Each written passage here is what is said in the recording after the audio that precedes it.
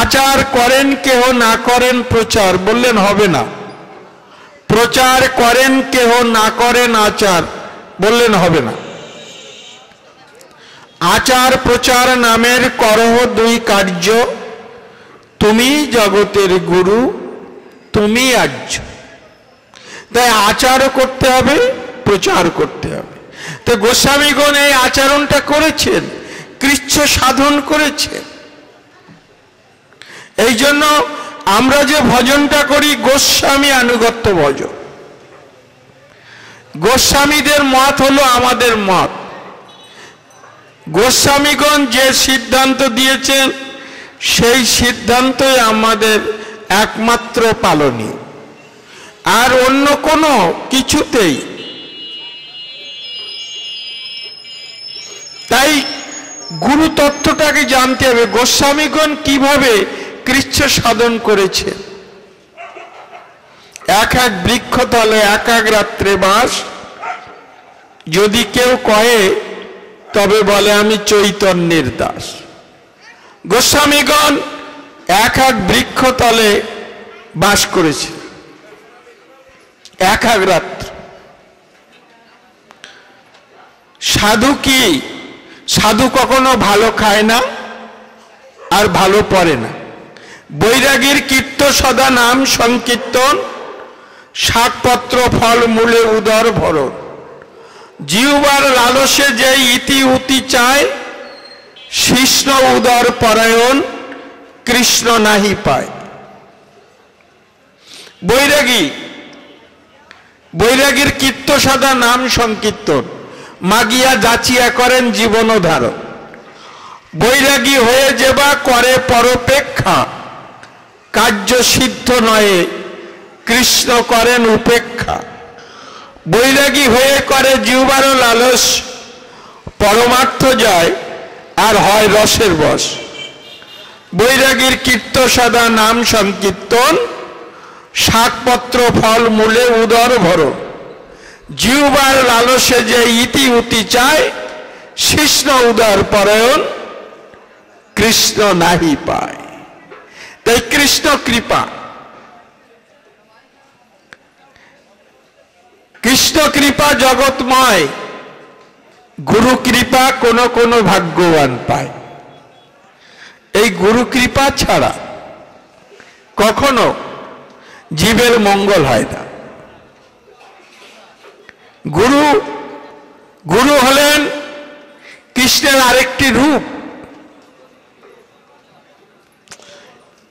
কৃষ্ণের আরেকটি রূপ হলো গুরু। সেই গুরুকে কখনো মনুষ্য জ্ঞান করা যাবে না যে তিনি আমাদের মতো মানুষ, এরকম মনে করলে হবে না। তিনি হলেন অভিন্ন, ভগবানের অভিন্ন প্রতিমূর্তি। এই গুরু কৃপাটা আমাদের লাভ করতে হবে। গোস্বামীগণের যে লীলা, এই লীলা আর্যাবত্যের ভাটাদিয়া গ্রামে এক বারেন্দ্র শ্রেণীর ব্রাহ্মণ ঠাকুর বাস করতেন, নাম লক্ষ্মী নারায়ণ। এই লক্ষ্মী নারায়ণ তিনি ভগবান শঙ্খ চক্র গাদা পদ্মধারী নারায়ণের সেবা করতেন।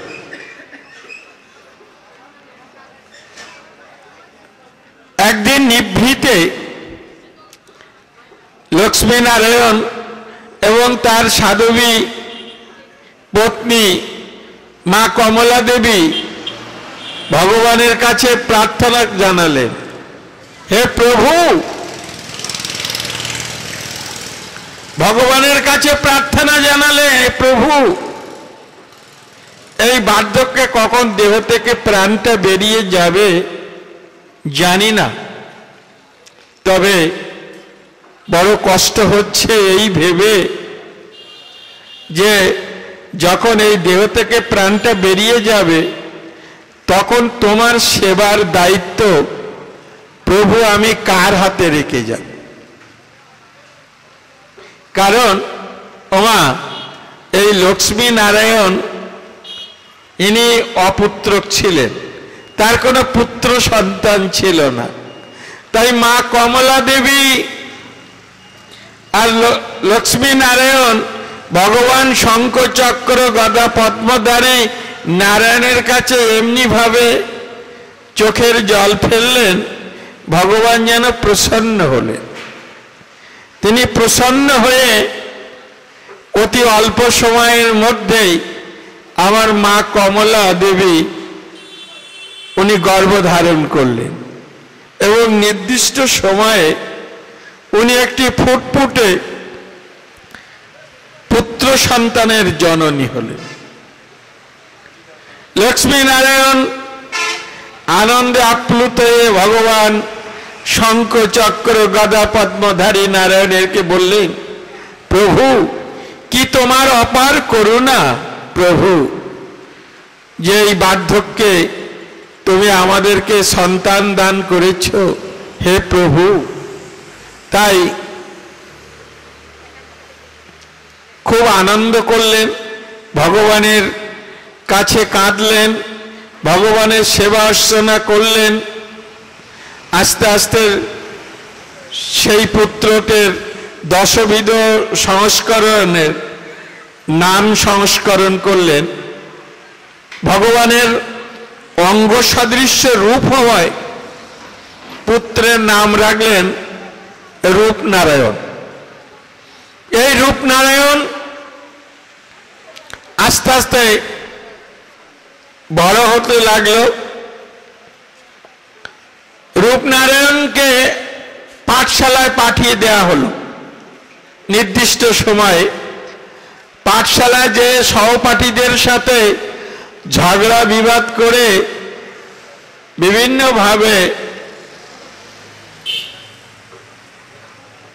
প্রত্যেকের উদ্বেগ দিতে লাগলো। এই উদ্বেগ আর সহ্য করতে পারলেন না। এই উদ্বেগের কথা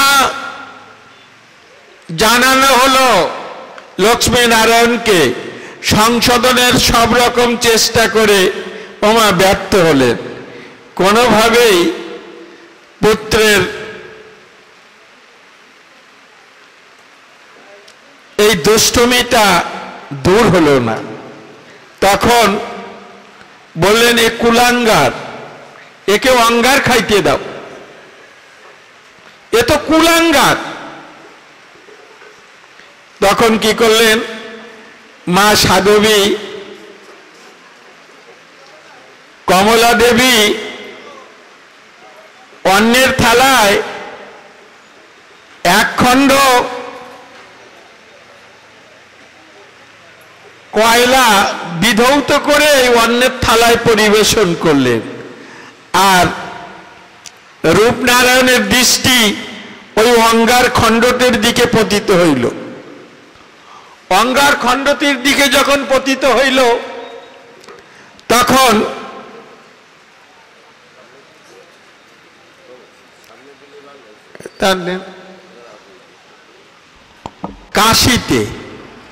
কাশীতে যে বেদ অধ্যয়ন করলেন, বেদ অধ্যয়ন করে বেদ পাঠ সমাপ্ত করলেন।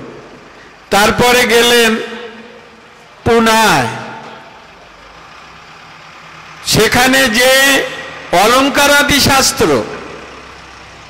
অধ্যয়ন করলেন, সরস্বতী উপাধি লাভ করলেন। কিন্তু স্বভাবের পরিবর্তন হলো না। আর্যাবর্তে ফিরে এসে হুঙ্কার দিয়ে বললেন, আমি দিগ্বিজয়ী। যদি কোনো পণ্ডিতের পাণ্ডিত্যের পরীক্ষা দিতে হয়, আমি কোষ্ঠী পাথর। কোষ্ঠী পাথরে কি হয় ওমা? সোনা পরীক্ষা হয়। তাই বললেন, আমি কোষ্ঠী পাথর। যদি কোনো পাণ্ডিত্যের পরীক্ষা দিতে হয় তাহলে আমি কোষ্ঠী পাথর। অনেক পণ্ডিত তার সাথে এসে তর্কযুদ্ধ করে পরাস্ত হলেন, তাদের কাছ থেকে বিজয়পত্র কেড়ে নিলেন। চারিধারে তার যশ খ্যাতি মান ছড়িয়ে পড়ল। এই যশ খ্যাতি মান যখন চারিদিকে ছড়িয়ে পড়ল। চারিধার থেকে ভক্তরা এসে তার চরণাশ্রয় করে তার শিষ্যত্ব গ্রহণ করলেন। একদিন হুঙ্কার দিয়ে বললেন, আমি দিগ্বিজয়ী, এই ভারতবর্ষের শ্রেষ্ঠ পণ্ডিত। অভিমান হলো। এই পাণ্ডিত্যের অভিমানে কি করলেন, একজন সাধু বৈষ্ণব নিষ্কিঞ্চন, তিনি এটি শুনে বললেন, আহে কে কে বালক তুমি? হ্যাঁ, নিজেকে তর্জন গর্জন করছো? এ তো অসারের তর্জন গর্জন মাত্র।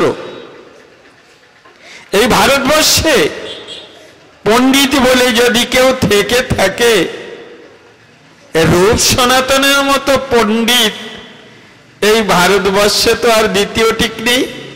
কে তুমি?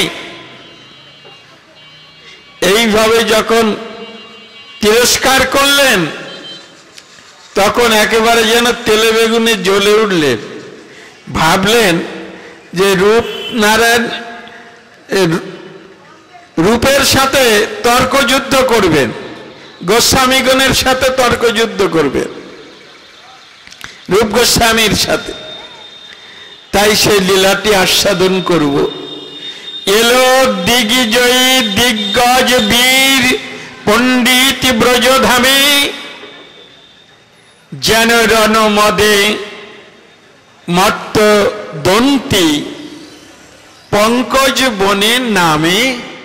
এলো দিগ্বিজয়ী দিগ্গজ বীর, চারিদিক জয় করে দিগ্গজ, শ্রেষ্ঠত্বের অভিমান, চারণ কবি ব্রজধামে রণমদে মত্ত দন্তি পঙ্কজ বনে নামে। দন্তি মানে হস্তি, হাতির দাঁত বেরিয়ে যায় না, তাই ওকে দন্তি বলে। তো দন্তি মানে হস্তি। এলো দিগ্বিজয়ী দিগ্গজ বীর পণ্ডিত ব্রজধামে, যেন রণমদে মত্ত দন্তি উন্মত্ত মাতাল পঙ্কজ বনে নামে। অশ্বমণ্ডে উড়ায়ে ঝান্ডা, চারণ ফুকারি চলে, চতুর দোলায় পণ্ডিতি দোলে, বিজয় মাল্য গলে। অশ্বমণ্ডে উড়ায়ে ঝান্ডা, অশ্বের মাথার উপরে বিজয়ের পতাকা তুলে দিয়েছে, আর গলায় বিজয়ের মালা পরিধান করেছে। চারণ ফুকারি চলে, চারণ কবি অনর্গল ছন্দ পায়ার বলছেন। চতুর দোলায় পণ্ডিতি দোলে, বিজয় মাল্য গলে। দোলা মানে পালকি, চার বেহারার পালকিতে চড়ে দুলতে দুলতে সেই দিগ্বিজয়ী পণ্ডিত চলেছেন।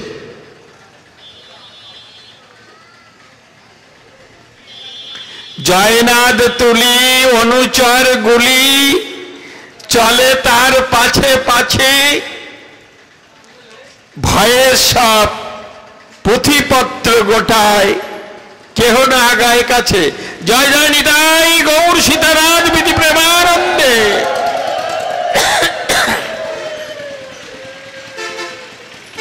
জয়ধ্বনি করছেন। আর অনুচর মানে শিষ্যগণ গুরুদেবের জয়ধ্বনি করছেন, আর গুরুদেব ওই চার বেহারার পালকিতে করে দুলতে দুলতে চলেছেন। ভয়ে সব পুঁথিপত্র গোটায়, কেহ না আগায় কাছে। ওই ব্রজে যারা একটু ভাগবত চর্চা করতেন বাবা, সেই সমস্ত সাধু বাবারা এই দৃশ্য দেখে ভয়ে পুঁথিপত্র গোটায়, কেউ না আগায় কাছে, সেখান থেকে পালিয়ে চলে যাচ্ছে। কি না জানি কোনো প্রশ্ন বান ছুড়িয়ে দেয়, ভয়ে পুঁথিপত্র গোটায়, কেউ না আগায় কাছে। রূপ সনাতন রাহেন দুজন, সাধন ভজনে রত, কে আসে কে যায় ব্রজে, তার খোঁজ রাখেন না অত শত। রূপ সনাতন সাধন ভজনে রত, সর্বক্ষণ শ্রীহরির সাধন ভজনে নিমগ্ন হয়ে থাকেন। কে কখন দিগ্বিজয়ীর বেশে তর্ক করতে আসছেন এসব দেখার সময় নেই, সব সময় নিমগ্ন হয়ে থাকেন ভগবানের গুণকীর্তনে। পাণ্ডিত্যের খ্যাতি তাহাদের রহিয়াছে সারা দেশে, বিচার মল্ল তাই শুনে আজ অভিযান করে শেষে। সেই রূপ সনাতনের পাণ্ডিত্যের খ্যাতি যশ প্রতিষ্ঠা সারা ভারতবর্ষে ছড়িয়ে রয়েছে। বিজয় মল্ল তাই শুনে আজ অভিযান করে শেষে। ওই তর্ক যোদ্ধা তিনি এসেছেন রূপ সনাতনের সাথে তর্ক করবেন বলে। বিভোর আছেন সুখে, রূপ সনাতন যেখানে ভজনে বিভোর আছেন সুখে, যুদ্ধং দেহি হাকিয়া দাঁড়ালো সে তাদের সম্মুখে। যেখানে কায় মনোবাক্যে হরিভজন করছেন রূপ সনাতন, সেখানে যে যুদ্ধং দেহি, কি যুদ্ধ করবে বাবা? তর্ক যুদ্ধ করবে, পাণ্ডিত্যের অভিমানের যুদ্ধ। সেখানে যে হাঁকিয়ে দাঁড়ালো তাদের সম্মুখে। আর সাধু কেমন জানো মা? সাধু হলো অদোষদর্শী। সাধুকে সাজলে কি সাধু হবে না? সাধুর লক্ষণটা কি? অদোষদর্শী। যে সাধুর সংজ্ঞা যে অদোষদর্শী, যে নিজের দোষ ছাড়া আর কারোর দোষ কখনো দেখে না, এই হলো সাধুর লক্ষণ। তাই অদোষদর্শী বৈষ্ণব ঠাকুর পরম আগ্রহে মৃদু হাসি দোহে বসাইয়া সমাদরে এক ভাই আসন এনে বসালেন, আর এক ভাই পাদ্য অর্ঘ এনে পদধৌত করে দিলেন। সেই পাদদক রসনা এবং শিরে ধারণ করলেন। কি করলেন? পাদ্য অর্ঘ দিলেন, পদধৌত করিয়ে দিলেন, করিয়ে বিজয় পত্রী লিখিয়া দিলেন জয় ভিকারির করে। ওমা, দ্বারে ভিকারি আসলে ভবতু ভিক্ষাং দেহি, তখন আমার মায়েরা কি করে? গৃহকর্ম রেখে আগে ভিক্ষার জন্য ব্যবস্থা করে। তদনুরূপ ওই দিগ্বিজয়ী পণ্ডিতকে ভিক্ষাস্বরূপ বিজয় পত্রে লিখিয়া দিলেন জয় ভিকারির করে। বিজয় গর্বে তুজ্জ বাজায়ে পণ্ডিত যায় ফিরে, সূর্য তখন মাথার উপরে উঠিতেছে ধীরে ধীরে। সূর্য তখন মাথার উপরে আস্তে আস্তে উঠছে।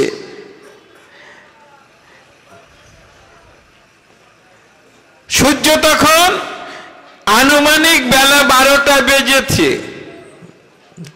পথের জনতা ভয়ে বিস্ময়ে দুধারে দাঁড়ায় সরি। সিক্ত বসনে শ্রীজীব তখন ফিরিছেন স্নান করি। সেই সময় বিজয় গর্বে তুজ্জ বাজায়ে পণ্ডিত যায় ফিরে।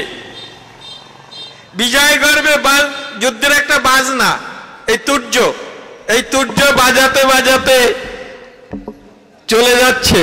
পণ্ডিত যায় ফিরে, সূর্য তখন মাথার উপরে উঠিতেছে ধীরে ধীরে। পথের জনতা ভয়ে বিস্ময়ে দুধারে দাঁড়ায় সরি, সিক্ত বসনে শ্রীজীব তখন ফিরিছেন স্নান করি। সিক্ত বসন মানে ওমা ভিজা কাপড়ে, যমুনা অবগাহন করে ভিজা কাপড়ে ফিরে এসছেন।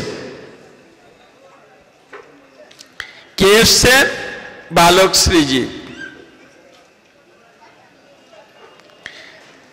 ভিজা কাপড়ে ফিরে এসছেন। আর যখন গুরু নিন্দা শুনলেন, সিক্ত বচনে শ্রীজীব যখন ফিরিছেন স্নান করি, সম্মুখে আসিয়া দাঁড়ান শ্রীজীব, শুনি আস্ফলন। বিনা বিচারে হার মেনেছেন রূপ আর সনাতন। আস্ফলন করছে যে বিনা বিচারে এত বড় পণ্ডিত আমার সাথে তর্ক করবার সাহস হলো না, বিনা বিচারেই পরাজয় স্বীকার করে নিলেন। এমনি যখন আস্ফলন করলেন, শুনিয়া শ্রীজীবের ধৈর্য টলিল। বলিলেন, পণ্ডিত এসো, আমি দিব তব দম্ভের প্রতিফল সমুচিত।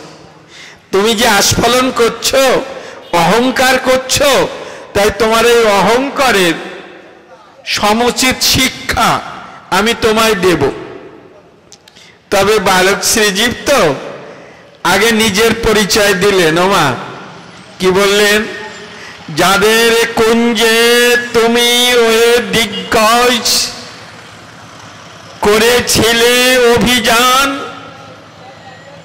আমি তাদের চরণাশ্রিত শিষ্য এবং সন্তান। পেয়েছি তাদের জ্ঞান সাগরের শুধু এক অঞ্জলি। মরে যিনি তবে জয় গৌরবে ব্রজ থেকে যাবে চলি। সেই রূপ সনাতন হলেন জ্ঞানের সাগর, আর সেই সাগরের এক অঞ্জলি, অঞ্জলি মানে এক কোষ আমি লাভ করেছি। মরে যিনি তবে জয় গৌরবে, আমাকে যদি জয় করতে পারো তবে জয় গৌরবে ব্রজ থেকে যাবে চোর। জয়ের গৌরবে তুমি আস্ফলন করতে করতে ব্রজ থেকে চলে যাবে, আমি তোমাকে বাধা দেব না। তরুণ কণ্ঠে শুনি অকুণ্ঠ রণে আহ্বান বাণী, অট্টহাস্য করিয়া উঠিল পণ্ডিত অভিমান। তরুণ কণ্ঠে এন বালকের মুখে এমনই কথা শুনে একেবারে মূর্খ অট্টহাসি হাসলেন। কে? ওই রূপনারায়ণ দিগ্বিজয়ী পণ্ডিত। বললেন, ওর মুখে তো দুধগন্ধ বেরোচ্ছে, ও তর্ক করবে বলে লাফাচ্ছে। তাকে তাচ্ছিল্য করলেন।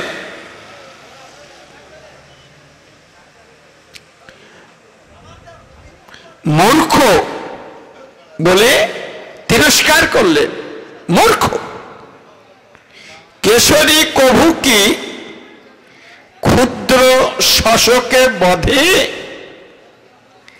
পারাবার পার হয়ে ডুবিব গোষ্পদে। কেশরী, কেশরী মানে সিংহ। সিংহ যদি বাবা কখনো ক্ষুধার্ত হয়, ক্ষুদ্র শশক খরগোশ, খরগোশকে বধ করে ক্ষুধার জ্বালা নিবৃত করে না। কেশরী কবুকি ক্ষুদ্র শশকে বধে পারাবার পার হয়ে, পারাবার মানে সাগর, বলে আমি সাগর পেরিয়ে এসেছি। পারাবার পার হয়ে ডুবিব গোষ্পদে। গোষ্পদ বোঝেন তো? এই যে বৃষ্টি হচ্ছে, মাটিতে জল জমে মাটি নরম হয়ে গেছে, আর ওই সময় যদি ওখান থেকে কোনো গাভী মা হেঁটে যায়, ওই গাভী মায়ের খুরের দাগের মধ্যে যদি যেটুকু জল বেঁধে থাকে তাকেই বলে গোষ্পদ। বলে আমি সাগর পেরিয়ে এসেছি আর ওই গোষ্পদে ডুবে মরব? বাহক বিন্দে বলিল সে চল, কেন বয়ে গেলি থেমে? জীব কহিলেন তিষ্ট কেশরী, দোলা হতে এসো নেমে। সেই বাহক বিন্দু যখন বয়ে একটু থেমে গেছে, তখন বালক শ্রীজীব বললেন তিষ্ট কেশরী, দাঁড়াও, অপেক্ষা করো ক্ষণকাল, দোলা হতে এসো নেমে। তর্ক বাঁধিল যমুনার তীরে, দলে দলে সেটা আসি, দো মল্লের ঘিরে দাঁড়ালো কুতূহল পুরবাসী। তর্ক বেঁধে গেছে বাবা, সেই যমুনা পুলিনে তর্ক বাঁধিল যমুনার তীরে, দু মল্লের ঘিরে দাঁড়ালো কুতূহল পুরবাসী। যখন বালক শ্রীজীবের সাথে রূপনারায়ণের তর্ক যুদ্ধ বেঁধে গেছে, তখন চারিদিকে সব ব্রজবাসীরা ঘিরে দাঁড়িয়েছে। হানিতে লাগিল পণ্ডিতে যত শানিত প্রশ্নবান, হেলায় সেসব করেন শ্রীজীব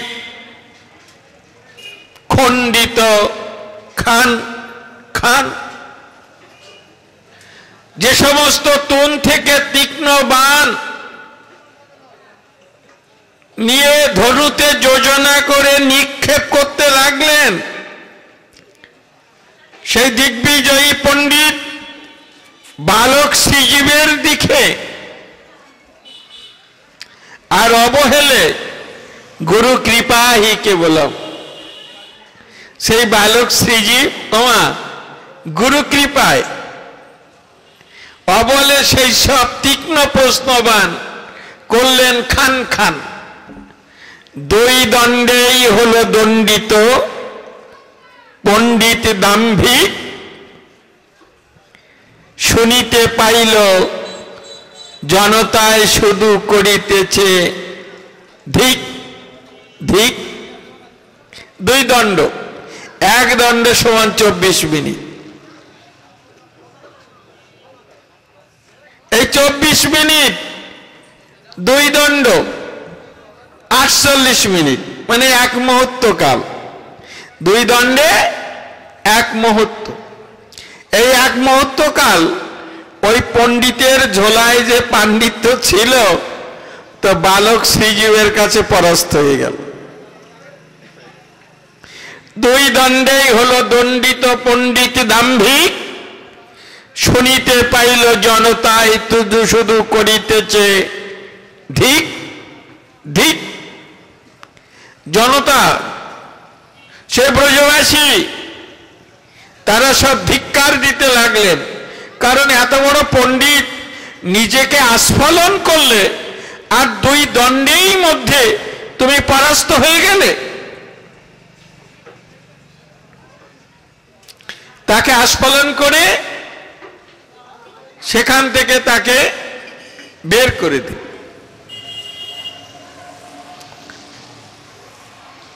এখানে প্রশ্ন হতে পারে কি হয়েছিল যে বালক শ্রীজীবের সাথে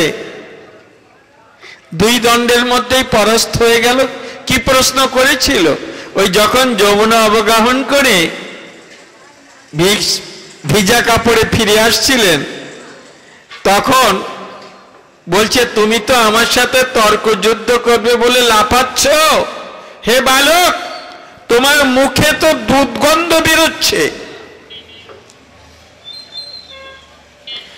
তুমি, আমি শুনেছি তুমি ব্রাহ্মণ, তুমি ব্রাহ্মণ বলে স্বীকার করছে না। তুমি সন্ধ্যা বন্দনাদি করো না, তুমি সন্ধ্যা স্নান করে তো সন্ধ্যা বন্দনাদি করতে হয়, তা তুমি সন্ধ্যা বন্দনাদি করো না? তুমি আমার সাথে তর্ক করবে বলে লাফাচ্ছ।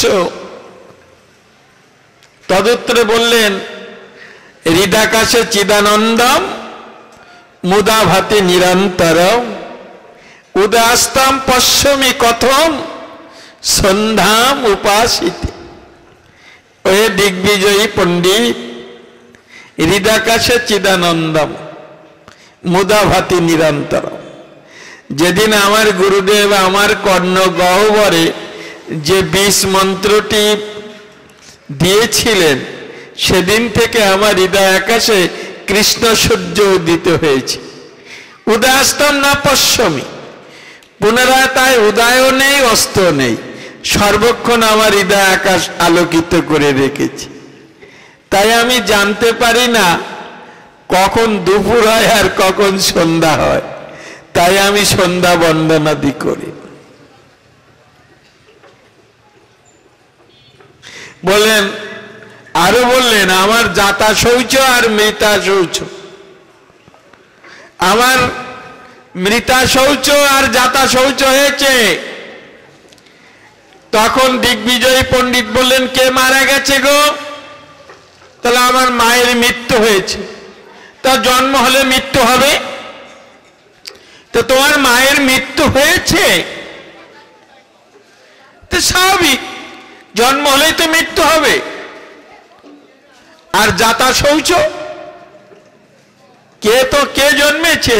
তাহলে আমার একটি কন্যা সন্তান জন্মেছে। তখন বলছে, ও বালক শ্রীজীব, আমি যদ্দূর শুনেছি তুমি ব্রহ্মচারী, এখন বলছো আমি কন্যা সন্তানের জনক হয়েছি, তাহলে এই ব্রজবাসী মায়েদের কাছ সঙ্গে ফষ্টি নষ্টি করে তুমি বুঝি কন্যা সন্তানের জনক হয়েছ? তদুত্তরে বালক শ্রীজি বললেন, মৃতা মোহময়ী মাতা জাতা প্রেমময়ী সুতা অশৌচং দয়াপন্নতি কথম সন্ধ্যাম উপাসিতে। ওহে দিগ্বিজয়ী পণ্ডিত, মৃতা মোহময়ী মাতা, যেদিন আমার গুরুদেব আমার কর্ণ গহ্বরে ২০ মন্ত্রটি অর্পণ করেছিলেন, সেদিন আমার হৃদয় মন্দির থেকে মায়া মা চলে গেছে, তাই বলেছি মায়ের মৃত্যু হয়েছে।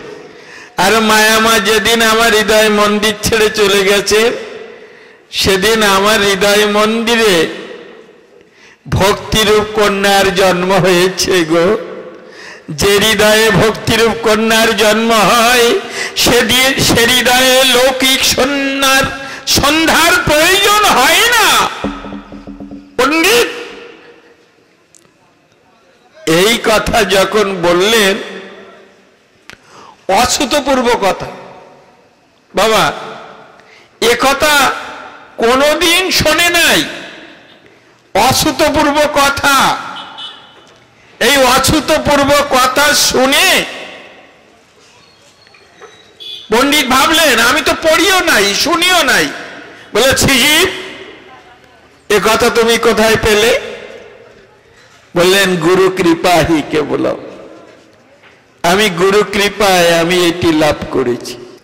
তখন কি করলেন? ওমা, অবনত শির বিতণ্ডা বীর পাণ্ডুর মুখে ধীরে ধ্বজা গোটাইয়া সোজা পালাইল মথুরার দিকে ফিরি। অবনত বীর, সেই দিগ্বিজয়ী পণ্ডিত, তার মাথাটা বালক শ্রীজীবের চরণে প্রণত হলেন, আর অশ্বমন্দির থেকে বিজয়ের পতাকাটা খুলে নিলেন, ধ্বজা গোটাইয়া পালাইল মথুরার দিকে ফিরে। সেখান থেকে সেই স্থান, আর দিগ্বিজয়ী পণ্ডিত যে সমস্ত পণ্ডিতের কাছ থেকে বিজয়পত্রী লাভ করেছিলেন, সব শ্রীজীব কেড়ে নিলেন। ধ্বজা গোটাইয়া পালাইল মথুরার দিকে ফিরে। ব্রজবাসীগণ শুভ সংবাদ ভাবি পুলকিত মনে, জানালো এ কথা বিজয় বার্তা রূপ আর সনাতনী। ব্রজবাসীগণ পুলকিত মনে, আনন্দিত মনে, এই বিজয়ের কথা, এই আনন্দ কথা রূপ সনাতনকে জানাবেন বলে কেউ কেউ ছুটে বেরিয়ে গেলেন, আর কেউ কেউ কি করলেন, আমার মায়েরা যে পুষ্প চয়ন করে মালা গেতে বালক শ্রীজীবের গলায় পরিয়ে দিলেন, আর শ্রীজীবের জয়ধ্বনি করতে লাগলেন, জয় জয় নিতাই গৌর সীতারাম বিজয় প্রেমানন্দে জয় শ্রী। শ্রীজীবের জয়ধ্বনি করতে লাগলেন, আর শ্রীজীবের জয়ধ্বনি করতে করতে চলেছেন কোথায়? রূপ সনাতন যেখানে আছেন সেই কুঠিরে।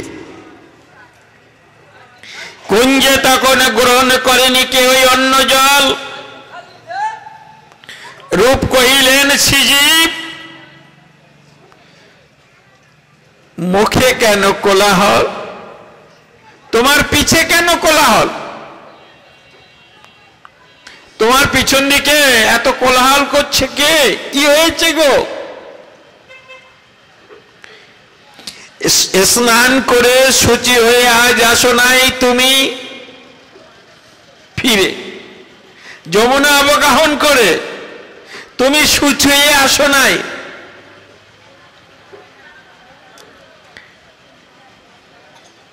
তুমি যে যমুনা অবগাহন করতে গিয়েছিলে, স্নান করে শুচিয়ে আসো নাই তুমি? শুকরি বিষ্ঠা মেখে এলে সারা গায়ে, তুমি স্নান করে শুচি হয়েও তো নাই, তুমি যেন শুকরি বিষ্ঠা, শুকুরের পায়খানা মেখে দুর্গন্ধযুক্ত হয়ে এলে সারা গায়ে। মুখ দর্শন করিব না তব বৃথা তোমা পালিলাম, রাজসভা তব সুযোগ্য ঠাই নহে এই ব্রজধাম। বলে বৃথা তোমাকে পালন করলাম, যাও বেরো। মুখ দর্শন করিব না তব বৃথা তোমা পালিলাম, তোমার মুখ দর্শন করব না, দুধ কলা দিয়ে তোমাকে কাল সব পুষেছি, বেরো। চরণে পড়িয়া শ্রীজীব কতই করিলেন অনুনয়, রূপের হৃদয়ে গলিল না তার, কোপের হলো না ক্ষয়। চরণে পড়ে শ্রীজীব গোস্বামী, সনাতন শ্রীরূপ গোস্বামী চরণে পড়ে কাঁদতে লাগলেন, গুরুদেব আমার অপরাধ ক্ষমা করুন। বলে তুমি তার সাথে কেন তর্কযুদ্ধ করতে গেলে? তুমি পণ্ডিত, তুমি পাণ্ডিত্যের অভিমানের জন্য তর্কযুদ্ধ করেছ, যাও তোমার মুখদর্শন করিব না তব বৃথা তোমা পালিলাম, যাও। তোমার মতো ধনী মানি পণ্ডিত কোন রাজা মহারাজারা অনেক ধনরত্ন দিয়ে তোমাকে লালন করবে, বেরো। তোমার মুখ যেন আমার দর্শন করতে না হয়। চরণে পড়িয়াছে জীব কতই করিলেন অনুনয়, রূপের হৃদয় গলিল না তার, কোপের হলো না কয়। ওই যে তর্কযুদ্ধ করেছে বলে গুরুদেব কেমন রুষ্ট হয়েছেন একবার বিচার করে দেখো। গুরুদেব তিরস্কার করলেন, বেরো তোমার মুখ দর্শন করব না। আর চরণে পড়ে খুব কাঁদতে লাগলে, বলে না বেরো। শ্রীজীব তখন যমুনার তীরে তমাল তরুর তল, আশ্রয় করি রইলেন পড়ি ত্যাজি অন্য জল। সকল সময় চোখে ধারা বয়, ফুলে ফুলে ওঠে বুক, শ্রীহরির নাম জপে অবিরাম, বসনে ঢাকিয়া মুখ। শ্রীহরির নাম জপে অবিরাম ধরে শ্রীহরির নাম জপ করতে লাগলেন আর বসনে মুখটা ঢেকে গড়াগড়ি দিতে লাগলেন আর কাঁদতে লাগলেন। যে মুখ গুরুদেব দর্শন করবেন না সেই মুখ আমি কাউকে দেখাবো না, এই মুখ আমি আর কাউকে দেখাবো না। গুরুদেব আমাকে পরিত্যাগ করেছেন। এমনি ভাবে যখন যমুনা পুলিনে গড়াগড়ি দিতে লাগলেন আর কাঁদতে লাগলেন, শ্রীজীবের দশা দেখে সনাতন মর্মে পেলেন ব্যথা, করিল কাতর তার অন্তর শ্রীজীবের কাতরতা। বিরূপ চিরূপে কইলেন চুপে, শ্রীজীবে ত্যাজিলে কেন? বৈষ্ণব গুরু হয়ে তব কেন বিকৃত বুদ্ধি হেন? তুমি তো বৈষ্ণব। সনাতন গোস্বামী আত্মভোলা, সর্বক্ষণ শ্রীহরির ভজনে নিমগ্ন হয়ে থাকেন। এই যে রূপ গোস্বামী তাকে পরিত্যাগ করেছেন এ সংবাদ তিনি জানেন। আত্মভোলা, শ্রীহরির গুণকীর্তনে নিমগ্ন, মদন মোহনের সেবা করতেন। মদন মোহন ঘেরায়, মদন মোহনকে পোড়া রুটি দিতেন, দোকানে পোড়া রুটি। ওমা মদন মোহন সেই পোড়া রুটি একদিন বলছে না আমি খাবো না। মদন মোহন সাক্ষাৎ প্রকাশিত হয়ে বলছে না সনাতন, প্রতিদিন এই দোকানে পোড়া রুটি দাও, তাও আলু নি, একটু নুন দাও না, আমি খাবো না। তখন বলছে প্রভু আজ নুন চাইছো, কাল রাজভোগ চাইবে, আমি হরি ভজন করব কখন আর তোমার জন্য নুন আনবো কখন? না, যাও, যে তোমাকে ভালো খেতে দেয় তুমি তার কাছে যে খাও। বলে সেই রুটি দোকানে কেড়ে নিলে। ভগবান ভক্তের কাছে প্রণত হলেন, বললেন সনাতন, ভক্ত আমার মাতা পিতা, ভক্ত আমার গুরু, ভক্ত রেখেছে নাম বাঞ্ছা কল্প তরু। ভক্ত খাওয়ালে খাই, না খাওয়ালে যে আমি উপবাসী যাই। সনাতন, পোড়া রুটি দোকান আমার কাছ থেকে কেড়ে নিও না সনাতন। এহেন সনাতন আমার সাক্ষাৎ মদন মোহন তার সাথে কথা বলতেন, তার কাছে বায়না ধরতেন। মায়ের কাছে যেমন সন্তান বায়না ধরে না, এটা খাবো না ওটা খাবো না, তদনুরূপ সাক্ষাৎ ভাবে সনাতন গোস্বামী মদন মোহন কথা বলতে। সে আত্মভোলা সনাতন শ্রীজীবের দশা দেখে মর্মে পেলেন ব্যথা, করিল কাতর তার অন্তর শ্রীজীবের কাতরতা। বিরূপ শিরূপে কইলেন চুপে, শ্রীজীবে ত্যাজিলে কেন? বৈষ্ণব গুরু হয়ে তব কেন বিকৃত বুদ্ধি হেন? তুমি তো বৈষ্ণব গুরু, তোমার বুদ্ধিটা বিকৃত হলো কেন গো? গুরু মর্যাদা রক্ষা করাই ছিল তার মনের সাধ। আমি তো দেখি না এর বেশি কিছু গুরুতর অপরাধ। সে তো গুরু মর্যাদা রক্ষা করেছে, এটাই তার ছিল সাধ। আমি তো দেখি না এর বেশি কিছু গুরুতর অপরাধ। হ্যাঁ, কি করেছে যে তাকে পরিত্যাগ করলে কেন? তখন সনাতন গোস্বামীকে বললেন বুঝাবার দাদা আছে কিছু প্রয়োজন। বৈষ্ণব হয়ে জ্ঞানের গর্ব করেনি সে বর্জন। তরু হতে যেবা হয় সহিষ্ণু, তৃণ হতে দীনতর। সেই বৈষ্ণব জয় গৌরবে, ভাবে না সে কবু বড়। গুরু মর্যাদা হায় অদৃষ্ট, গুরুরেও সে না চিনে। এত উপদেশ হলো হায় শেষ, এ শিক্ষা এতদিন ধরে কি শিক্ষা দিলাম? এত উপদেশ হলো, হায় শেষ। এ শিক্ষা এতদিনে শুনি সনাতন মৃদু হেসে কন, যিনি বারে অভিমান পারেনি শ্রীজীব এখনো বালক, আমাদেরই সন্তান। তুমি তার তাত, তুমি গুরু ভ্রাত, পারিলে না জোহাই। বৈষ্ণব হয়ে রোষ যিনি বারে, দোষ কিছু নেই তাই? অবশ্যই দোষ আছে। এই অছিলায় ত্যাজিব তোমায় দীনতার অভিমান, তাও অভিমান বৈষ্ণব মনে, তাও পাবে কেন স্থান? সেই অভিমান থাকে যদি মনে, বৈষ্ণব মরা নয়। জীবে দয়া তব পরম ধর্ম, শ্রীজীবে দয়া তব কই। গৌরের দান বিনয়, দৈন নিতায়ের দান ক্ষমা। দৈনই যদি হন নারায়ণ, ক্ষমা যে তার রমা।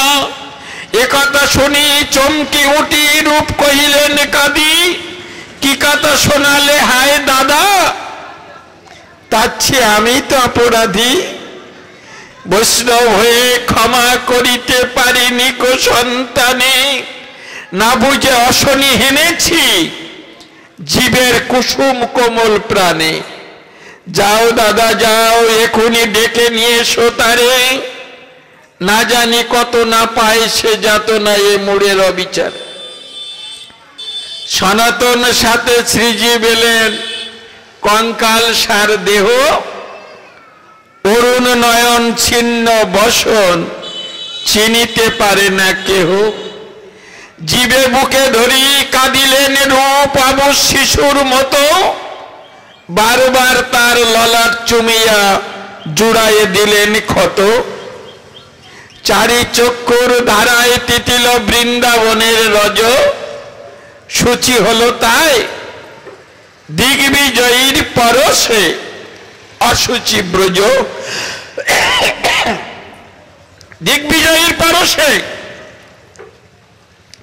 সূচি হলো তাই, দিগ্বিজয়ীর পরশে অসুচি ব্রজ। তাই সুধী ভক্তমণ্ডলী, গুরু কৃপা ছাড়া কখনো কৃষ্ণ কৃপা লাভ হয় না। গুরু বৈষ্ণব ভগবান তিনের স্মরণ, তিনের স্মরণে হয় বিঘ্ন বিনাশ। গুরু বৈষ্ণব ভগবান তিনের স্মরণ। গুরু বৈষ্ণব আর ভগবান এনারাই হলেন। গুরু কৃপা ছাড়া কখনো ভগবানের কৃপা পাওয়া যায় না। গুরু বৈষ্ণব ভগবান, গুরু বৈষ্ণব আর ভগবান। যে গুরু একই মানুষ, একজনের মধ্যেই তিনটা রূপ। তিনি গুরু, তিনি আবার বৈষ্ণব শ্রেষ্ঠ, আবার তিনি ভগবানের আরেকটি রূপ। তাহলে গুরু বৈষ্ণব ভগবান তিনের স্মরণ, তিনের স্মরণে হয় বিঘ্ন বিনাশ। তাই শুধু ভক্তমণ্ডলী, ভক্তি মহিমা কত একটু আস্বাদন করব, বৈষ্ণব সেবার কথা বলবো। প্রতিদিন এখানে তো এখন রুটি সেবা হচ্ছে না, ভক্তদের এখানে প্রতিদিন রুটির ব্যবস্থা হয়েছে। ভালো, যত সময় পর্যন্ত অন্নকূট না হবে তত সময় পর্যন্ত এই সেবাটি চলবে। তাই শুধু ভক্তমণ্ডলী, একটু বৈষ্ণব সেবার মহিমার কথা বলি। এই বৈষ্ণব সেবা শুরু হয়েছিল দ্বাপর যুগে। ইন্দ্রপ্রস্থে মহারাজ যুধিষ্ঠির রাষ্ট্র যজ্ঞ করেছিলেন। এই রাষ্ট্র যজ্ঞ করে বৈষ্ণব সেবার ব্যবস্থা করেছিলেন। ত্রিলোক নিমন্ত্রিত হয়েছিল। ভীম সেনে ডাকি ইন্দ্রপ্রস্থে, কহিলেন মহারাজ বাজাও ঘণ্টা বাজাও, শঙ্খ ঘটা সমাপ্ত আজ। জয় জয় নিতাই গৌর সীতানাথ প্রীতি প্রেমানন্দে।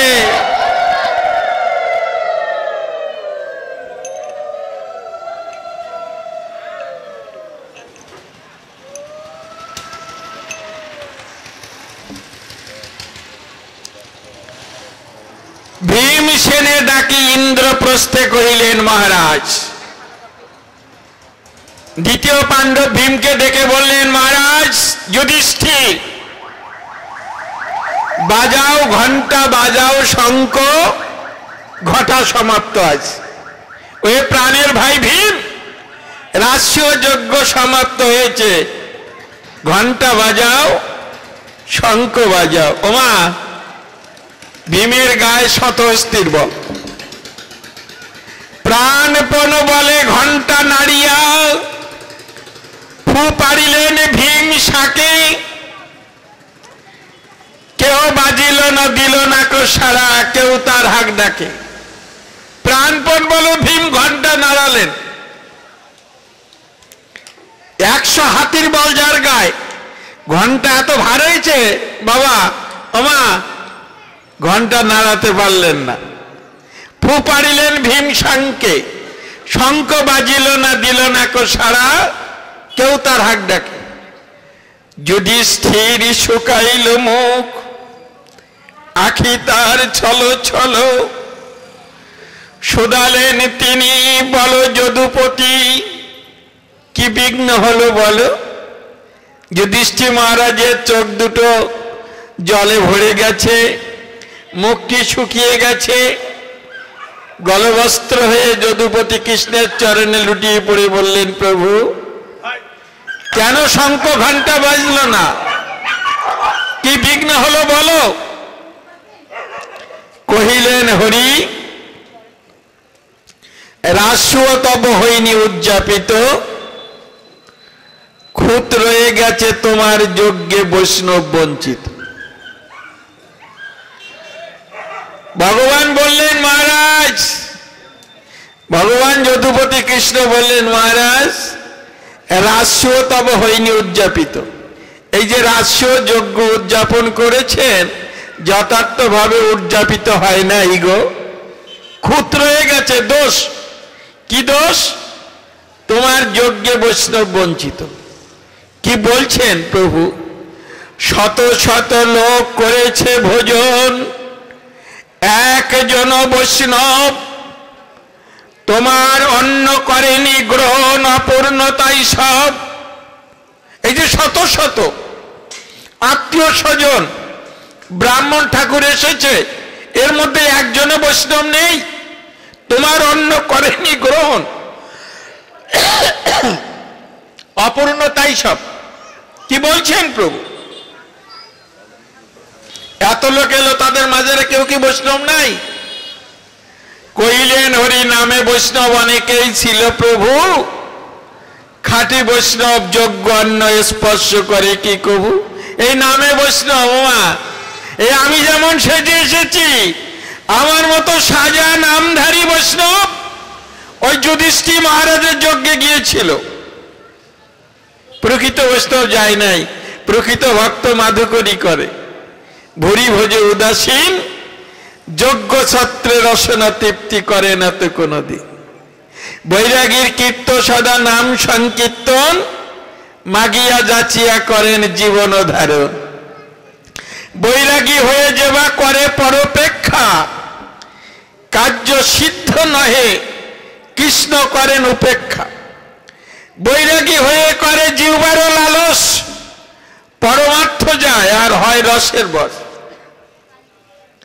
বৈরাগীর কীর্ত সদা নাম সংকীর্তন, শাকপত্র ফল মূলে উদর ভরণ। জিহ্বার লালসে যে ইতি উতি চায়, কৃষ্ণ উদর পরায়ণ কৃষ্ণ নাহি পায়। নৃপ কইলেন, তুমি স্বয়ং রয়েছ চক্রপাণি, তোমার ভক্তে কিবা প্রয়োজন, কি তাতে অঙ্গহানি। নৃপ মানে রাজা। যুধিষ্ঠির বললেন, ভগবান যদুপতি কৃষ্ণকে লক্ষ্য করে বললেন, প্রভু এই যজ্ঞের যজ্ঞেশ্বর স্বয়ং তুমি। তুমি যখন আছো প্রভু, তোমার ভক্তের কি বা প্রয়োজন? কি তাতে অঙ্গহানি? কইলেন হরি, তুমি যখন স্বয়ং আছো, তোমার ভক্তের কি প্রয়োজন? কি তাতে অঙ্গহানি? কইলেন হরি, আমার ভক্তে ছোট ভাবো মহারাজ, তাই তো তোমার যজ্ঞে শঙ্খ ঘণ্টা কেহ বাজিল না আজ। মহারাজ, তুমি আমার ভক্তকে ছোট ভেবেছ? আমি তো পূর্বেই বলেছি, আমার হতে আমার নাম বড়, আর আমার নাম হতে আমার ভক্ত বড়। আমার ভক্ত হতে আমার ভক্তের পদরজ বড়। আমার ভক্তে ছোট ভাবো মহারাজ, তাই তো তোমার যজ্ঞে শঙ্খ ঘণ্টা কেহ বাজিল না আজ। শুনুন মহারাজ, মোর ভক্ত ত্যাজি যে বা মোরে পূজে মাত্র, সে দাম্ভিক কবু নাহে মোর প্রসাদের পাত্র। যে আমার ভক্তকে উপেক্ষা করে শুধু আমার সেবা পূজায় নিমগ্ন থাকে, সে দাম্ভিক অহংকারী, কবু নয় মোর প্রসাদের পাত্র। আমার অনুগ্রহ সে লাভ করতে পারে নাই। লক্ষ লক্ষ ব্রাহ্মণে তুমি ভুরি ভোজে না তুষি, একটিও যদি ভক্তে তুষিতে আমি হইতাম খুশি। এই যে লক্ষ লক্ষ আত্মীয় স্বজন ব্রাহ্মণ ঠাকুর এসেছেন, এর মধ্যে একজনও বৈষ্ণব নেই।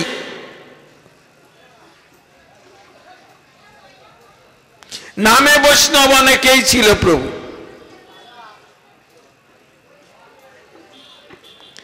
নামে বৈষ্ণব। তিলকমালা বেশভূষাতে সাজলে সাধু, ওমা সাধু হওয়া যাবে না। তাই বললেন, তখন কাঁদতে কাঁদতে মহারাজ যুধিষ্ঠির যদুপতি কৃষ্ণের চরণে লুটিয়ে পড়ে বললেন, প্রভু কৃপা করে নির্দেশ করুন, কোথায় খাঁটি বৈষ্ণব মিলবে?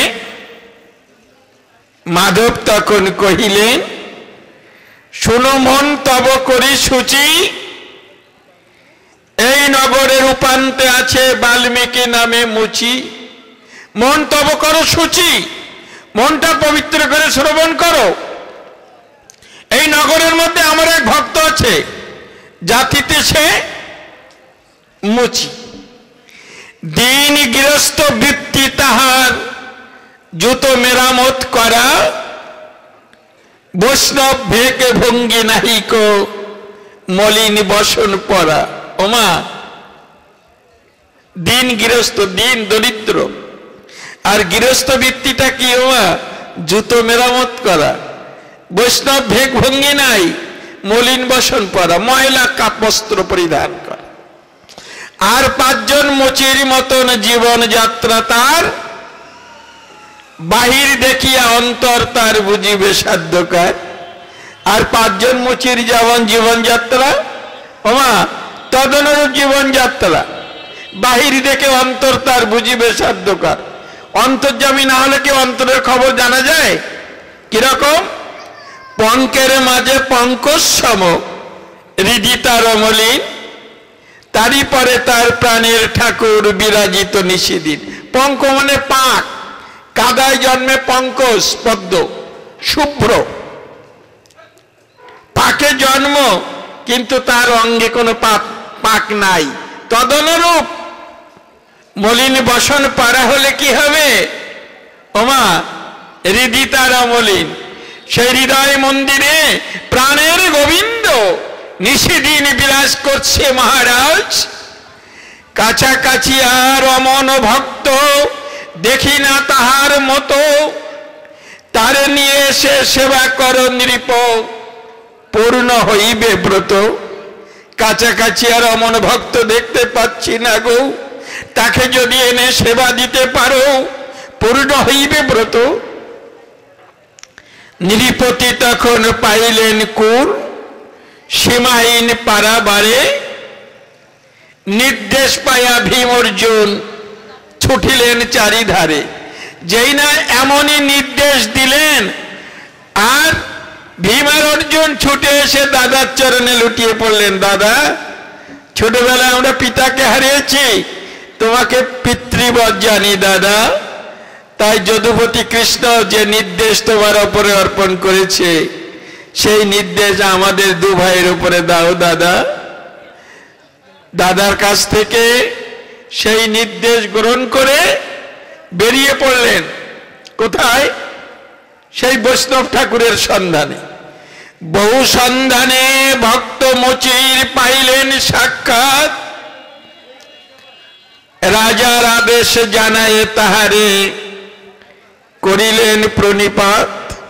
অনেক খোঁজাখুঁজি করবার পর সেই বৈষ্ণব ঠাকুরের সন্ধান পেয়ে গেছে। আর যেই না পেয়েছেন, তার চরণে লুটিয়ে পড়েছেন ভীম আর অর্জুন। বললেন, মহারাজ যুধিষ্ঠির আপনার চরণে প্রণাম নিবেদন করেছে, কৃপা করে তার প্রণাম গ্রহণ করুন, আর তার গৃহে বৈষ্ণব সেবার আয়োজন হয়েছে, কৃপা করে অনুমতি করুন, সেখানে প্রসাদ গ্রহণ করবে। মুচি স্তম্ভিত, ভয়ে বিস্ময়ে থর থর দেহ কাঁপে, বলিল কাঁদিয়া দুহাত তুলিয়া, হে নারায়ণ করেছি কি পাপ তোমার চরণে। মুচি স্তম্ভিত হয়ে গেছে, ভয়ে বিস্ময়ে থর থর দেহটা কাঁপতে লাগলো। আর কি করলেন?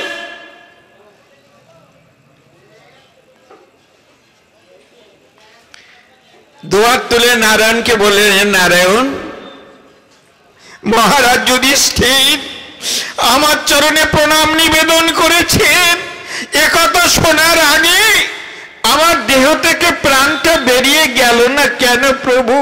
কি অপরাধ করেছি প্রভু?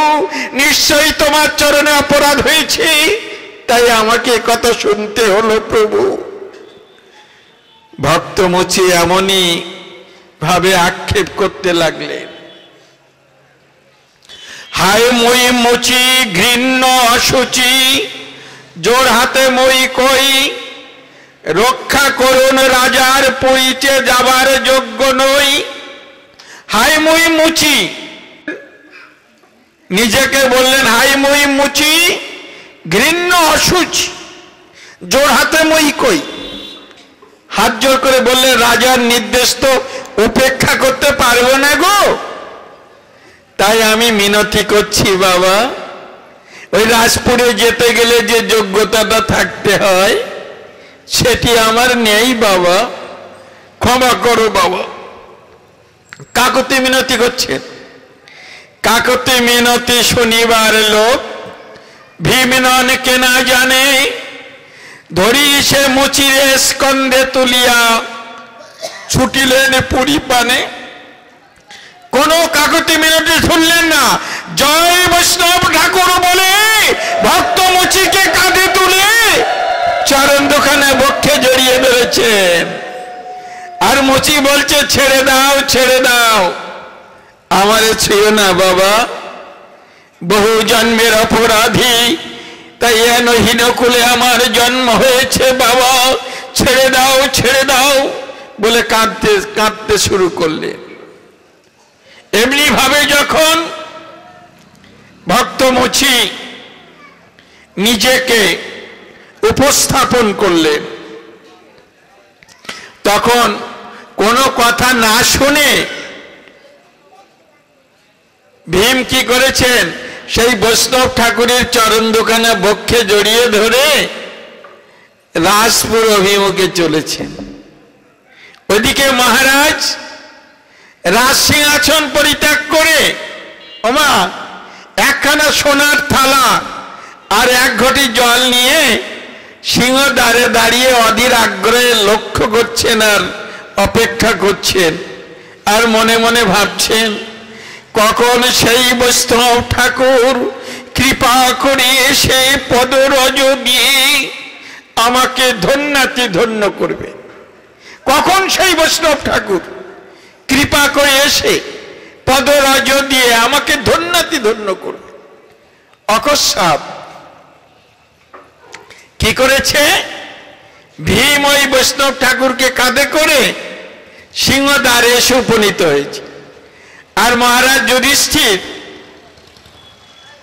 ওই সেই একখানা সোনার থাল আর এক ঘটি জল নিয়ে দাঁড়িয়েছিল, তো সেই থালখানা পেতে দিয়েছে, আর স্কন্ধ থেকে কাঁধের থেকে ওই সোনার থালার উপরে ওই ভক্ত মুচিকে দাঁড় করিয়ে দিয়েছে। আর এক ঘটি জল ছিল, বাম হাত দিয়ে জলের ঘটি ধরে মহারাজ যুধিষ্ঠির ডান হাত দিয়ে ভক্ত মুচির পদ প্রক্ষালন করে দিলেন। আর সেই পদ প্রক্ষালন করে সেই পাদদক রসনা এবং শিরে ধারণ করলেন। অর্জুন তারে বসালেন ধীরে সিংহাসনের পরে, মুচির নয়নে ভয়ে সংকোচে অবিরত বাড়ি ঝরে। আর অর্জুন ঠাকুর কি করেছেন, সেই ভক্ত মুচিকে কোলে করে তার পদধৌত করে দিলে, কোলে করে নিয়ে একেবারে রাজ সিংহাসনে বসিয়ে দিয়েছে। আর রাজ সিংহাসনে বসে ভয়ে আর সংকোচে, ভয় হচ্ছে আর সংকোচ হচ্ছে, নিজেকে একেবারে গুটিয়ে নিয়েছে, অবিরত বাড়ি ঝরে, চোখ ফেটে জল ঝরঝর করে ঝরে পড়েছে। নূতন করে উৎসব ঘণ্টা শুরু হলো রাজপুরে, শঙ্খ চক্র লাঞ্ছিত ধ্বজা উড়িল প্রাসাদ চূড়ে। নূতন করে আবার মহারাজ যুধিষ্ঠির রাজস্ব যজ্ঞের আয়োজন করলেন। বৈষ্ণব পদচিহ্ন রূপ পতাকা প্রাসাদের চূড়ায় উড়িয়ে দিয়েছে। দধি হরিদ্রা জল বর্ষণ, ঘরে ঘরে আলপনা,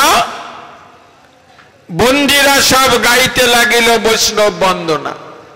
আর আমার মায়েরা কি করেছেন, দধি হরিদ্রা দুধের সাথে হলদি, কাঁচা হলদি বেটে দুধের সাথে মিশিয়ে অঙ্গে লেপন করে শোভা বৃদ্ধি করেছেন। আর ঘরে ঘরে আলপনা এঁকেছেন, উৎসব অঙ্গন তাই আলপনা এঁকেছেন। বন্দীরা সব গাইতে লাগিল বৈষ্ণব বন্দনা। ওমা, বন্দী কারা? আমার মতো হতভাগ্য যারা ইহান দেবদুল্লাভ দেহ লাভ করে কামিনী কাঞ্চনে আসক্ত হয়ে হরিভজন পরিত্যাগ করেছে যারা। দৈবী হি এষা গুণময়ী মম মায়া দূরত্বয়া মামে বোঝে প্রপদ্যন্তে মায়ামেতং তরন্তিতে। এই যে দৈবী মায়া, এই আমা হইতে উৎপন্ন হয়েছে। দৈবী হি এষা গুণময়ী মম মায়া দূরত্বয়া, আমার এই মায়াটা অতিক্রম করা অত্যন্ত কঠিন। মামে বোঝে প্রপদ্যন্তে, যে আমার চরণে শরণাপন্ন হয়, আমারটাই যে প্রপত্তি জানায়, আমি তাকে এই মায়া থেকে পরিত্রাণ করি। তাই বন্দী কারা?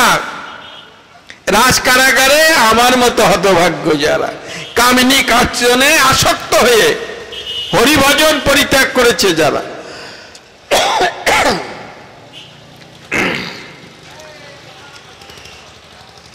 তাই সুধী ভক্তমণ্ডলী,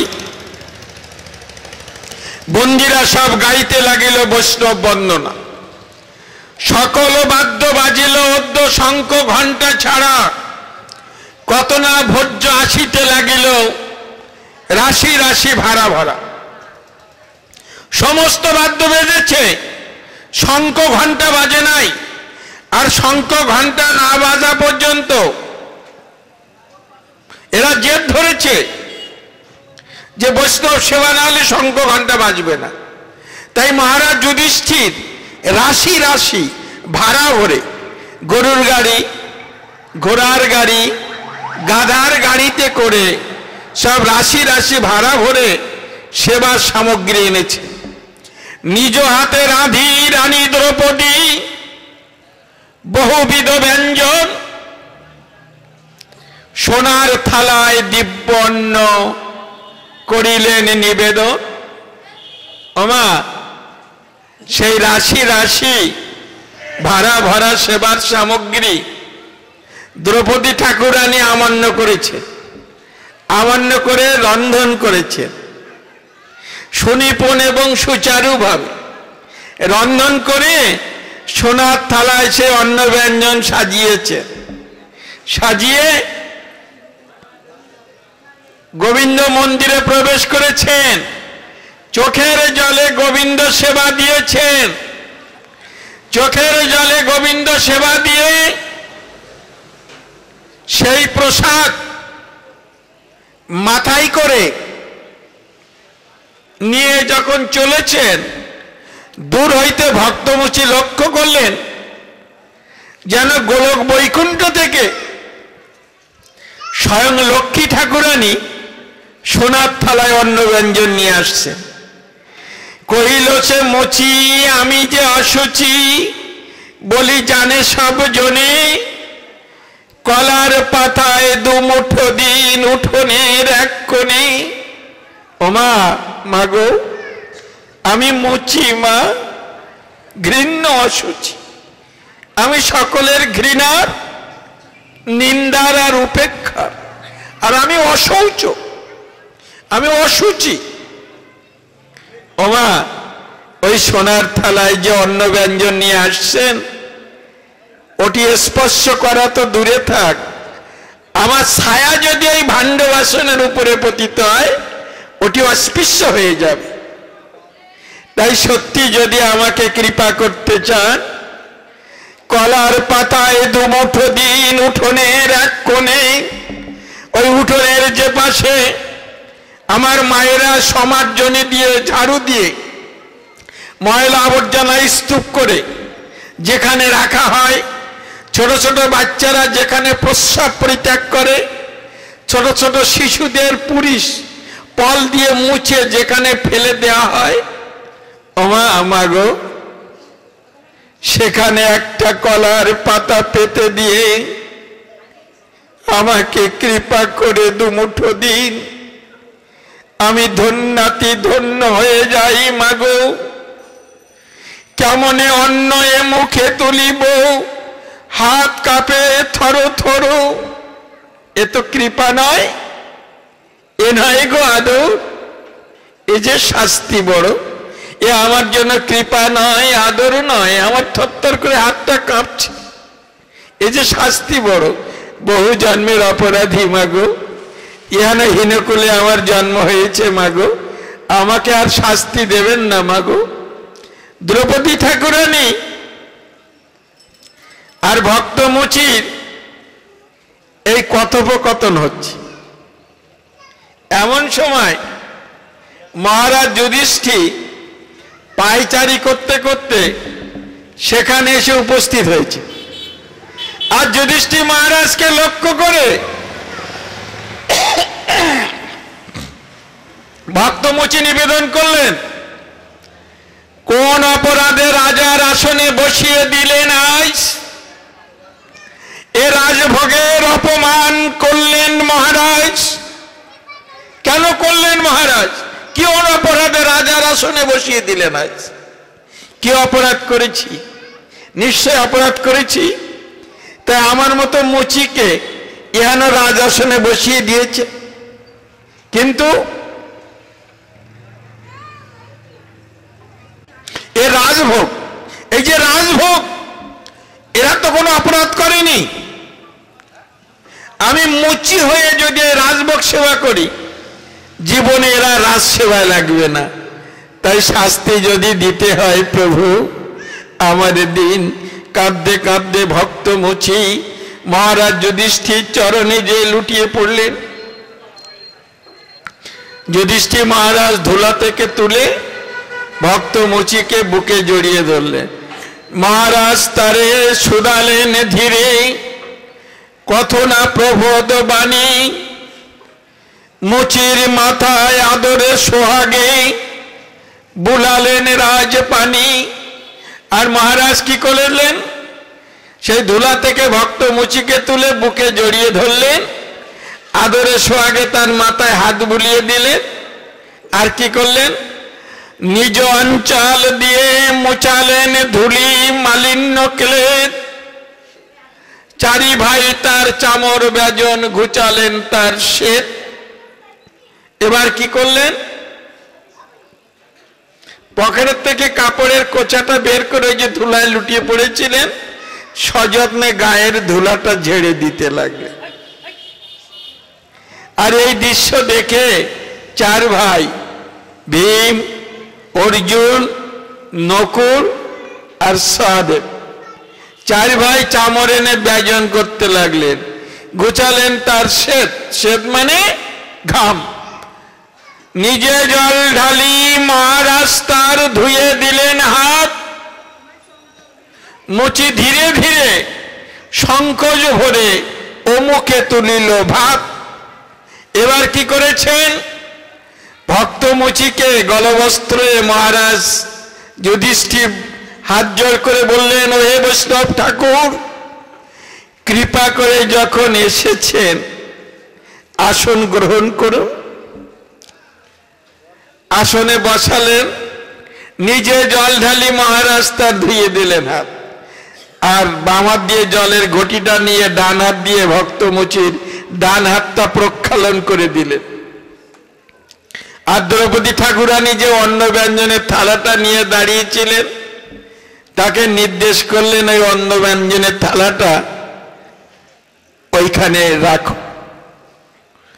আর মহারাজ গলবস্ত্র হয়ে করজোড়ে মিনতি করলেন, ওই বৈষ্ণব ঠাকুর, কৃপা করে যখন এসেছেন প্রসাদ গ্রহণ করে আমাকে ধন্যাতি ধন্য করুন। মুচি ধীরে ধীরে সংকোচ ভরে ও মুখে তুলিল ভাত। হলে সমাপন মুচির ভোজন, কইলেন মহারাজ বাজাও ঘন্টা বাজাও, শঙ্খ যজ্ঞ পণ্য আজ।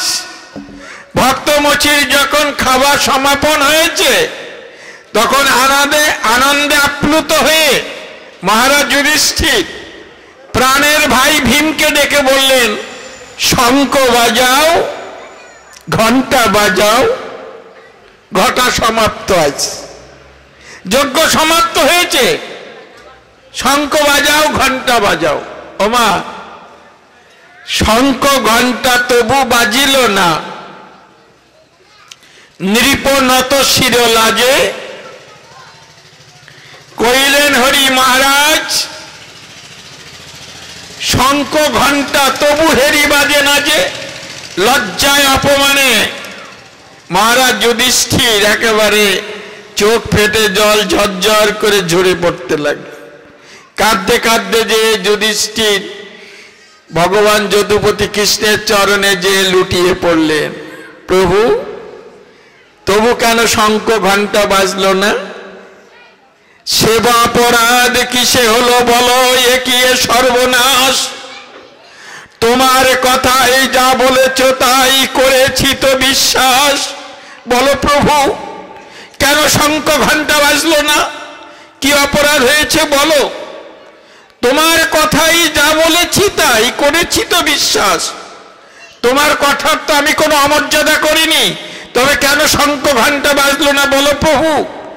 কহিলেন হরি, অপূর্ণ যাগ হয়েছে অঙ্গহানি, মনে মনে এবে ঘৃণা করেছেন দ্রৌপদী ঠাকুরান। আবার অঙ্গহানি হয়েছে, বৈষ্ণবের জাতি বুদ্ধি হয়েছে। বৈষ্ণবের প্রতি যে বা জাতি বুদ্ধি করে, তার সমান পাপী নাইক সংসারে। নরকে তাহার বাস জানিবে নিশ্চয়, ফুকারিয়া এই কথা সর্বশাস্ত্রে কয়। বৈষ্ণবের জাতি বুদ্ধি হয়েছে, বৈষ্ণবের প্রতি যে বা জাতি বুদ্ধি করে, তার সমান পাপী নাইক সংসারে। বৈষ্ণবের কখনো জাতি বুদ্ধি করতে নাই। আর যে বৈষ্ণবের জাতি বুদ্ধি করে, তার অনন্তকাল নরকে ডুবে মরতে হয়। তখন যুধিষ্ঠির মহারাজ কাঁদতে কাঁদতে যদুপতি কৃষ্ণের চরণে যখন লুটিয়ে পড়লেন, তখন বললেন, শুনুন মহারাজ, বাল্মীকি নাম শুনিয়া ধারণা হয়েছিল তার মনে কোন মুনি ঋষি অতিথি বুঝিবে আজ রাজনিকেতনে।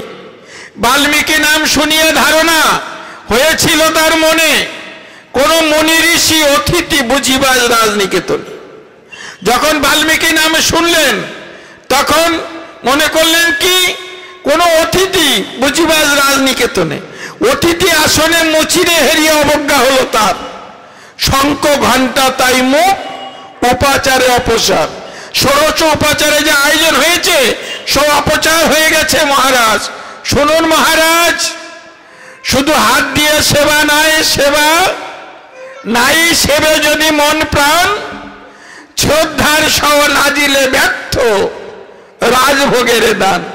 ওমা, শুধু হাত দিয়ে সেবা হবে না, নাই সেবে যদি মন প্রাণ, সেই সেবার সাথে যদি মন প্রাণ যুক্ত না হয়, শ্রদ্ধার সহ না দিলে ব্যর্থ রাজভোগের দান। ভগবান ভক্তের ভক্তিটা গ্রহণ করে, তার শ্রদ্ধাটা গ্রহণ করে। ভক্তিমূলা সুকৃতি হইতে হয় শ্রদ্ধা উদয়, শ্রদ্ধা হইতে সাধুসঙ্গ অনায়াসে হয়, সাধুসঙ্গ ফলে হয় ভজনের শিক্ষা, ভজন শিক্ষার সঙ্গে নাম মন্ত্র দীক্ষা। ভজিতে ভজিতে হয় অনর্থের ক্ষয়, অনর্থ খরিবিত হলে নিষ্ঠার উদয়। নিষ্ঠা নামে যত হয় অনর্থ বিনাশ, নামে তত রুচি ক্রমে হইবে প্রকাশ। রুচিযুক্ত নামেতে অনর্থ যত যায়, ততই আসক্তি নামে ভক্তজন পায়। নামাসক্তি ক্রমে সর্ব অনর্থ দূর হয়, তবেই ভাবোদয় হয়, এই তো নিশ্চয়। ইতিমধ্যে অসৎ সঙ্গে প্রতিষ্ঠা জন্মিয়া, কুটিনাটি দ্বারে দেয় নিম্নে ফেলাইয়া। অতি সাবধানে ভাই অসৎ সঙ্গ তেজ, নিরন্তর পরানন্দে হরিনাম ভজ। গৌর হরি বল, হরি বল। তাই সদী ভক্তমণ্ডলী কি করলেন? দ্রৌপদী ঠাকুরানীকে এ কথা শোনার পর মহারাজ যুধিষ্ঠির দ্রৌপদীকে করলেন ভৎসনা। দ্রৌপদী ছুটিয়া আসিয়া মচির করিলেন চরণ বন্দনা। মচির চরণ স্পর্শ যেমনই করিল রানীর হাত, আপনা থেকে এই শঙ্খ ঘণ্টা বাজিল করসা। তোর প্রেমানন্দে এবার আর বাসতি হচ্ছে না, আপনা থেকেই শঙ্খ ঘণ্টা নাচতে নাচতে বেজে উঠিল। মুচির চরণে স্পর্শ যেমনই করিল রানীর হাত। সমস্ত অভিমান অহংকার পরিত্যাগ করে দ্রৌপদী ঠাকুরানী যখন ভক্ত মুচির চরণ দুখানা চোখের জলে বিধৌত করে চরণ দুখানা বক্ষে জড়িয়ে ধরলেন, চোখের জলে চরণ দুখানা বিধৌত হয়ে গেল। আপনা থেকেই শঙ্খ ঘণ্টা বাজিল করসাত। তুলিল লক্ষ্য কণ্ঠে মচির জয়গান ভুয়ো ভুয়ো, ভক্ত মচির চরণ পরশে সমাপ্ত রাস্য। সুধী মণ্ডলী, ভক্তমণ্ডলী, এই 1 মাস ধরে যে নিয়ম সেবার ব্রত, আর 4th দিন অতিবাহিত হলো, আর বাদবাকি যে দিনগুলো আছে আপনারা সবাই এখানে যেভাবে আসছেন, এভাবে এসে যদি এই একটি ব্রত যদি আপনারা পালন করতে পারেন, আর একাদশী ব্রত সহ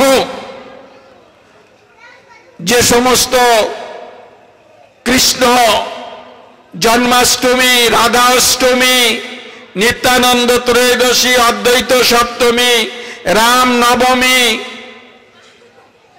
নৃসিংহ চতুর্দশী আদি যে সমস্ত ব্রত আছে, এই ব্রতগুলো যদি নিষ্ঠার সাথে পালন করেন, এই দেবদুর্লভ দেহ লাভ করে যদি গুরুকরণ করে নিষ্ঠার সাথে হরি ভজন করেন, আর এই দামোদর ব্রত যদি আপনারা পালন করেন, মা যশোদা যেমন ভগবানকে দামবন্ধন করেছিলেন গোপালকে, আপনারাও তেমনি ভগবান গোপালকে আপনারা বন্ধন করতে পারবেন। জয় জয় নিতাই গৌর প্রেমানন্দে হরি বল। এই প্রার্থনা জানিয়ে এখানেই পাঠ বিশ্রাম। সর্বত্র সুখিন সন্ত সর্বে সন্তু নিরাময়া সর্বে ভদ্রাণি পশ্যন্তি মা কশ্চিদ দুঃখ মপ্লিয়াত। বিশ্বে সবে সুখী হোক, হোক নিরাময়। দৃষ্টি যেটা পড়ে হেরে মঙ্গল নিশ্চয়। দুঃখ কেহ নাই পাক ধরণীর বুকে, বিতরগ বিশ্ববাসী থাকে যেন সুখে। আমার আলোচনায় কথায় যদি কোনো দোষ দুষ্ট পরিলক্ষিত হয়, আমি আপনাদের কাছে মার্জনা চাইছি। বাঞ্ছা কল্পতরুভস্য কৃপা সিন্ধুভ্যেব চ পতিতানাং পাবনেভ্যো বৈষ্ণবেভ্যো নমো নমঃ।